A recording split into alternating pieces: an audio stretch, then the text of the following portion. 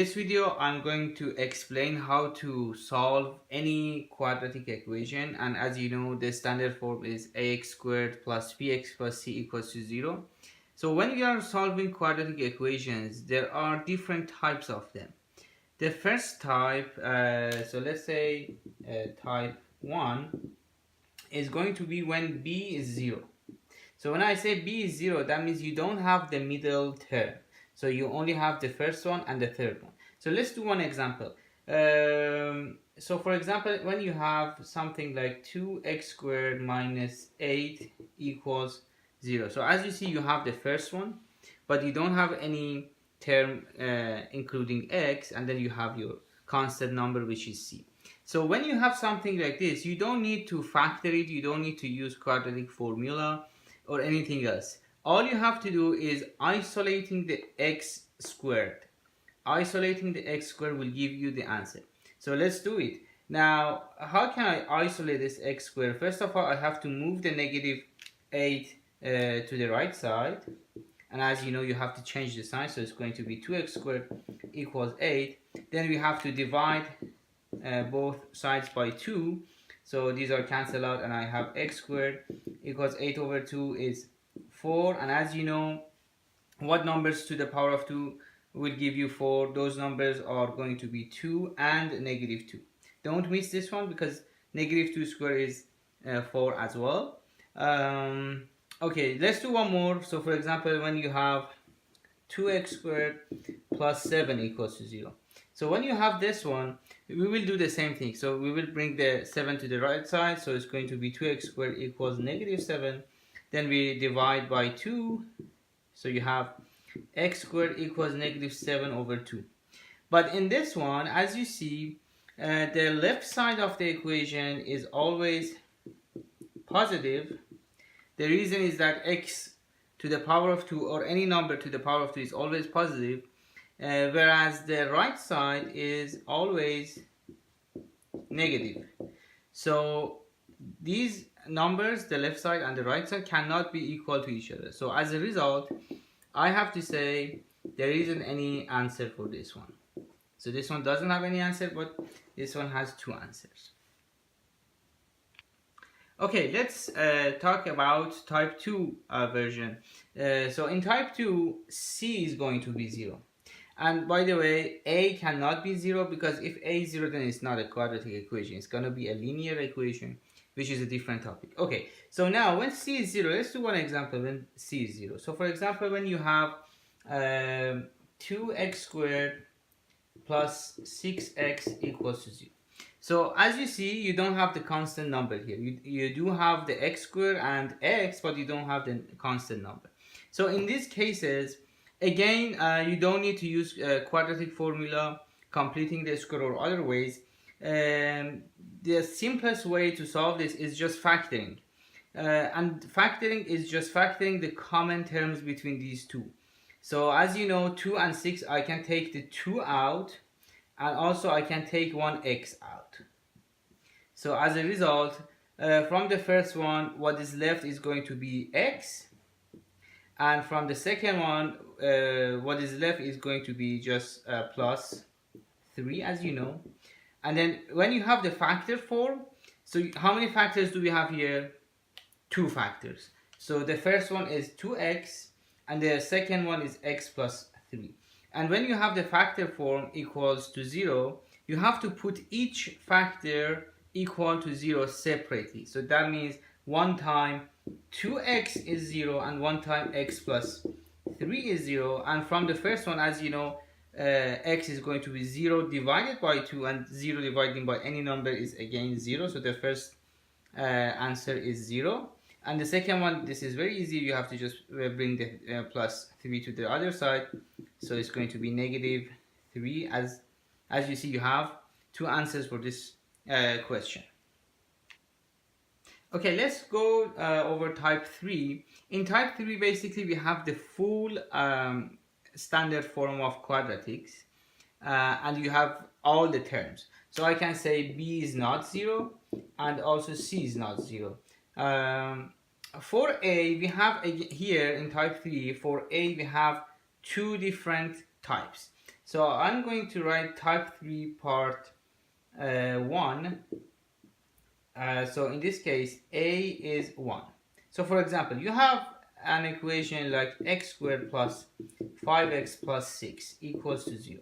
So as you see, the number beside x squared, which is your a, here is, when you don't see a number here, that means the number is 1. So if that is the case, factoring this quadratic is very easy. So all you have to do is finding two numbers. How many numbers? Two numbers which they add to 5. So basically 5 is going to be your sum, and will multiply to positive 6. So this positive 6 will be your product. So that means they multiply to 6 and they add up to 5. So how can we find those two numbers? First of all, you have to start with product. Find two numbers which multiply to 6 and write them here. So it's going to be 1 and 6. We have negative 1 and negative 6 which multiply to 6. We have 2 and 3, and we have negative 2 and negative 3. That's all the numbers. So now you have to pick one pair of numbers which add to 5. So the first pair is going to be 7, so that's not okay. The second one is negative 7. The third one, as you see, 2 and 3 is going to be 5. So this is the correct answer. Now, here you have to have two brackets. So this is the factor form of this. And the first terms is always going to be x and x, because you have x squared here, and these will make that x squared. And then all you have to do is just bringing these two numbers and put them here. So the first one is plus 2, the second one is plus 3. Now, how can I find the roots or the answer of the equation? The first one time the first factor equals to 0, and one time the second factor equals to 0. And you know that from the first one, x is going to be negative 2, and from the second one, x is going to be negative 3. Okay, now part 2 is when a is not 1. So in these cases, the question's factoring method is going to be a little bit more complicated, but don't worry, I will explain step by step. So for example, let's do one example. For example, if you have something like, let's say, 2x squared plus 5x minus 7 equals 0. What should we do if you see something like this and the question asks you to solve the equation using factoring methods? So we are just assuming that we are not allowed to use quadratic formula and we have to factor it. Okay, so the first step is going to be multiplying a and c.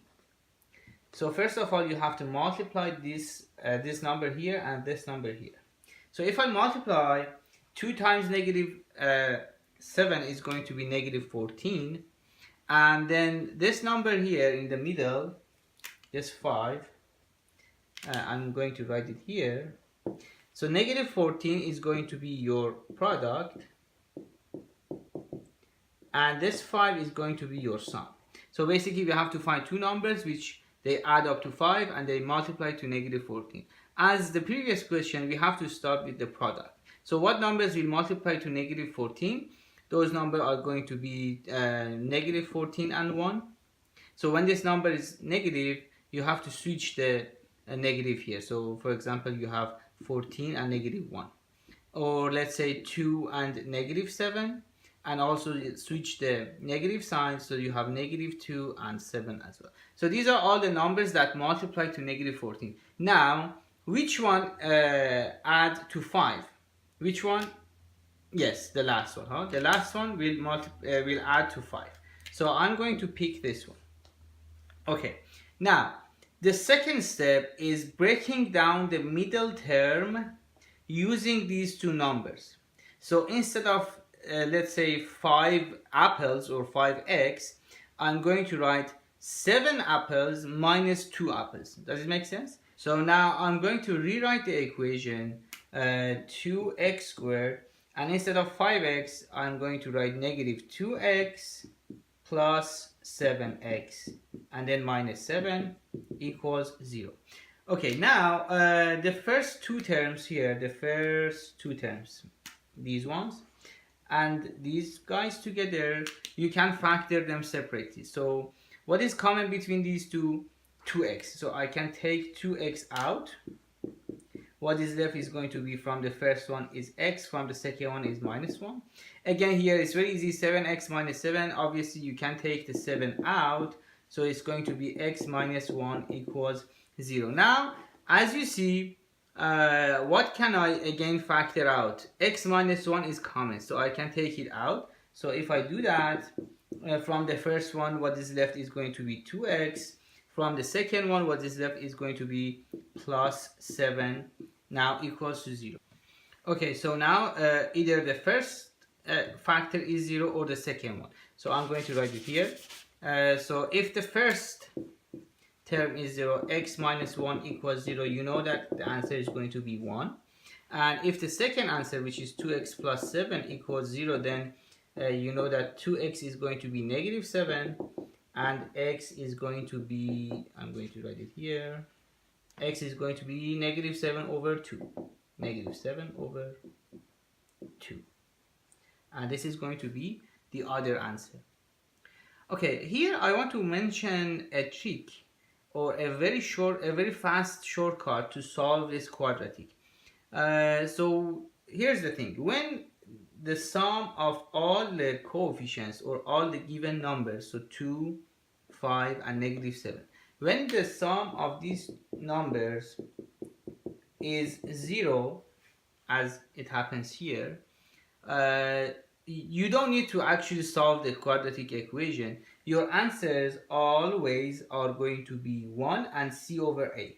So 1, as you see, I got 1 here, and c over a, this is c, this is a, so that means negative 7 is my c and this 2 is my a. So c over a is negative 7 over 2, which I have it here. So this is very interesting. If you have to show your work to solve the quadratic equation, don't use this one because you will not get the mark. If you have to show all the solution, go with this one, but if you need just the answers, this is very quick.